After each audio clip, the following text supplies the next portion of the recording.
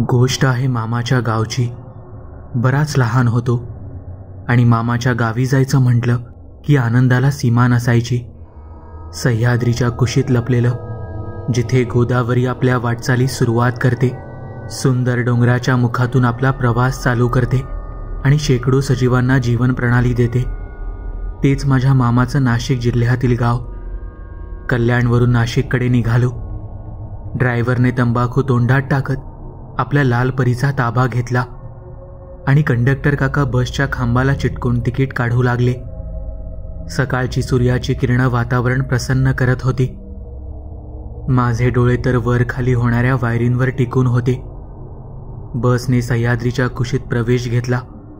झाडं, झुडपं, गायी, बैल आणि गावाकडचा परिसर बघून मनाला वेगळाच आनंद झाला होता. गावाला पोहोचलो.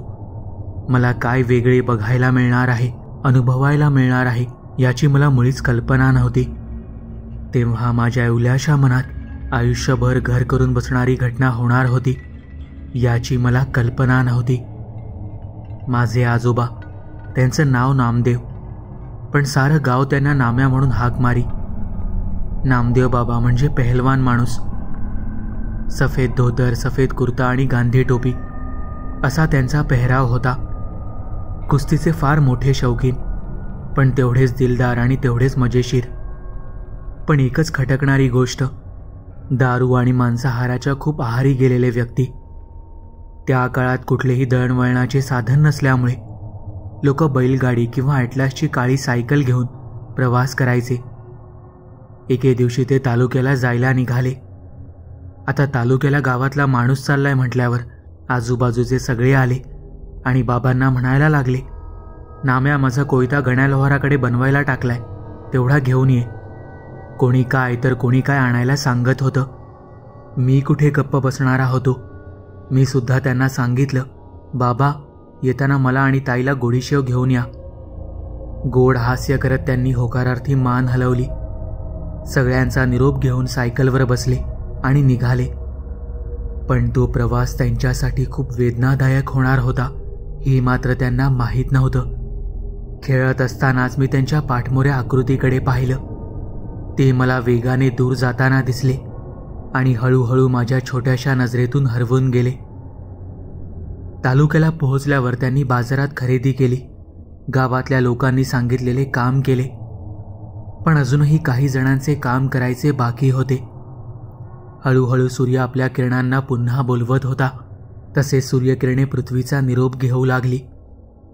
पाखरांचे थवे घराकडे जायला निघाले, पण बाबा मात्र अजून सगळी कामे पूर्ण करण्यात गुंतले होते. ते परतण्यासाठी घाई करत होते. थोडे दडपण आले होतेच. रात्रीचा प्रवास आणि घाटाचा रस्ता. सायकलच्या एका बाजूला मटणाची पिशवी आणि दुसऱ्या बाजूला दारूचा ड्रम घेऊन बाबा त्या अंधाराला चिरत निघाले. दिवसा प्रेमात पाडणारा तो निसर्ग आता मात्र भयानक रूप घेत होता. भयान शांतता आणि झाडांची ऐकू येणारी सळसळ. आजोबांना या सगळ्याची काहीशी सवय होती. प्रवास सुरू होता आणि घाटाचा रस्ता लागला. ते गाणं गुणगुणत होते, कारण कोणी सोबत नसले की गाणं आपला मित्र होतं.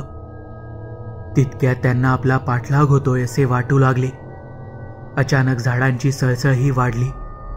काहीतरी विपरीत घडणार आहे अशी शंका मनात डोकावून गेली. बहुतेक त्यांना ज्याची भीती होती तेच झाले. मटणाचा आणि दारूचा वास त्याच्यापर्यंत पोहोचला. त्या भयान रात्री बाबांनी जणू त्याला निमंत्रणच दिलं होतं. तितक्यात मागून एक आवाज कानावर पडला, थांब रे, कुठे चाललाय? आता मात्र त्यांना घाम फुटला, कारण आवाज देणारा एक खवीस होता. त्यांना कळून चुकले की आता याच्या तावडीतून सुटणे फार अवघड आहे. ते काही न बोलता जीव मुठीत धरून पुढे जात राहिले. तसे मागून पुन्हा आवाज आला, तुला ऐकू येत नाही काय? आहे तिथेच थांब. त्याच्या तावडीतून सुटण्याचा त्यांचा हा भाबडा प्रयत्न होता, कारण त्यांनाही ठाऊक होतं की आता आपली सुटका नाही. आणि अचानक तो खवीस समोर येऊन उभा राहिला.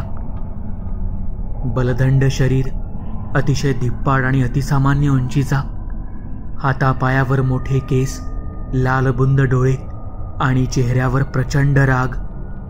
तो त्यांच्याकडे पाहतच म्हणाला, तुझी हिम्मत कशी झाली माझ्या वाटेत यायची? आता तुला सोडणार नाही. त्यांना कळून चुकले होते की आपला काळ आणि वेळ दोन्ही आले आहेत. याला हे सगळे दिले तरी मारेल आणि नाही दिलं तरीही. पण त्यांनी धीर सोडला नव्हता. त्यांनी बळ एकवटले आणि त्याला प्रत्युत्तर दिले, वाट सोड माझी, नाहीतर तुझा मुर्दा इथेच गाडेन. असे बोलणे ऐकल्यावर मात्र त्या खविसाच्या तळपायाची आग मस्तकात गेली आणि तो बाबांच्या अंगावर धावून गेला. एका हाताने बाबांना उचलून रस्त्याकडेला फेकून दिले. दगडावर आपटल्यामुळे बाबांच्या पायाचे हाड मोडले. ते वेदनेने कणू लागले.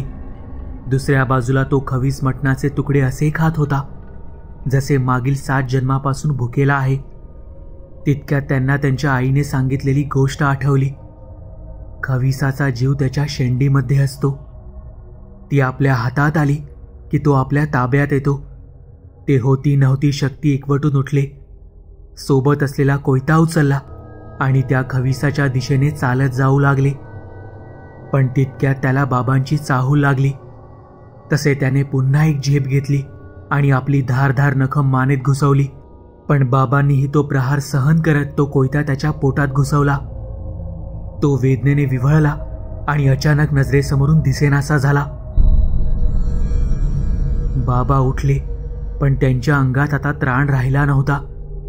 पण इतक्यात त्यांची सुटका होणार नव्हती. पायाचे हाड तुटल्यामुळे होणाऱ्या वेदना आणि त्यात नखांचे वार झाल्यामुळे होणारा रक्तस्राव त्यांना आता सहन होत नव्हता. पण त्यांच्या चेहऱ्यावर थोडा आनंद होता, यासाठी की मी खविसाला हरवलंय, त्याच्या तावडीतून मी स्वतःला सोडवलंय.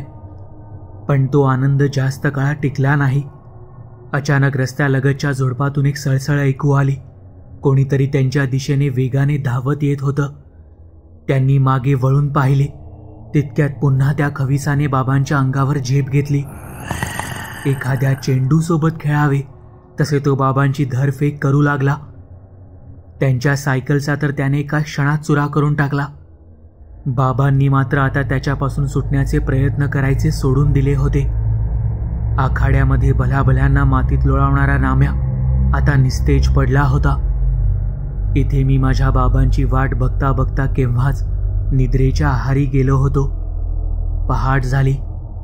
माझ्या घरचे मात्र अस्वस्थ होऊ लागले, कारण बाबा घरी आले नव्हते.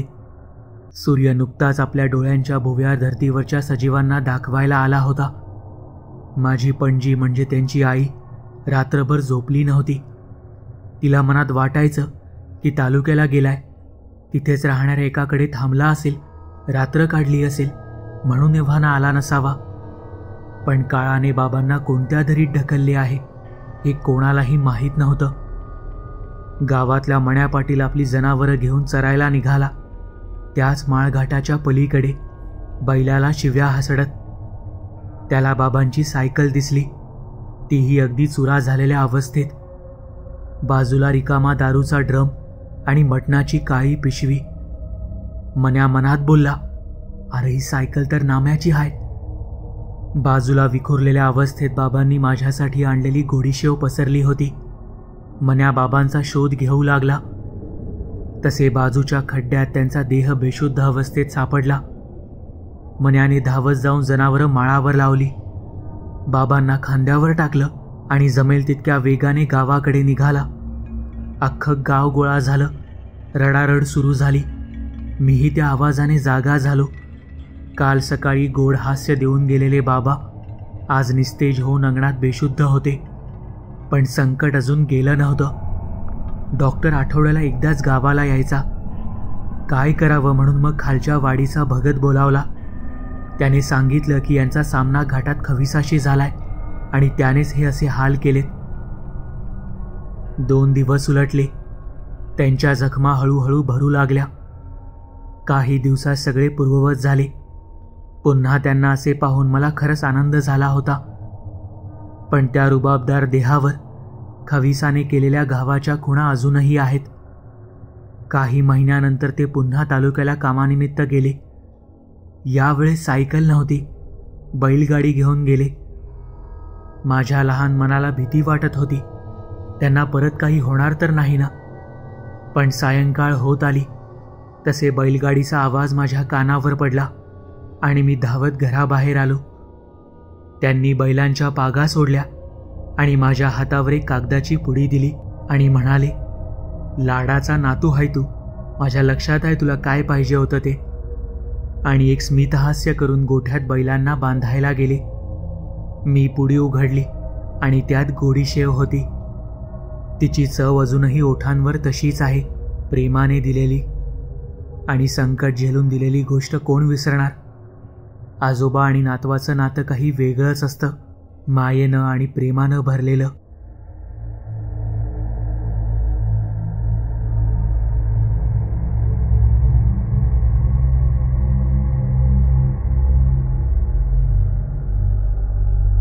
तुम्हाला ही कथा आवडली असेल तर या व्हिडिओला लाईक आणि शेअर करायला विसरू नका. जर तुम्ही आपल्या चॅनलवरती नवीन असाल तर आपल्या चॅनलला सबस्क्राईब नक्की करा आणि बेल आयकॉनवरती क्लिक करा, म्हणजे तुम्हाला पुढील येणाऱ्या व्हिडिओचे नोटिफिकेशन लगेच मिळेल. आपल्या चॅनलवर पोस्ट झालेल्या सगळ्या कथा तुम्ही आता आपल्या वेबसाईटवर जाऊनही वाचू शकता. त्यासाठी आपल्या वेबसाईटला म्हणजेच tekstoryteller.com ला भेट द्यायला विसरू नका. आपल्या चॅनलबद्दलचे अपडेट्स मिळवण्यासाठी आपल्या फेसबुक, इंस्टाग्राम, ट्विटर आणि टेलिग्राम या पेजेसना फॉलो करायला विसरू नका. तुमच्याकडेही अशा कथा किंवा अनुभव असतील तर त्या तुम्ही मला आपल्या वेबसाईटद्वारे म्हणजेच tekstoryteller.com द्वारे पाठवू शकता. त्याची लिंक मी या व्हिडिओच्या डिस्क्रिप्शनमध्ये दिली आहे.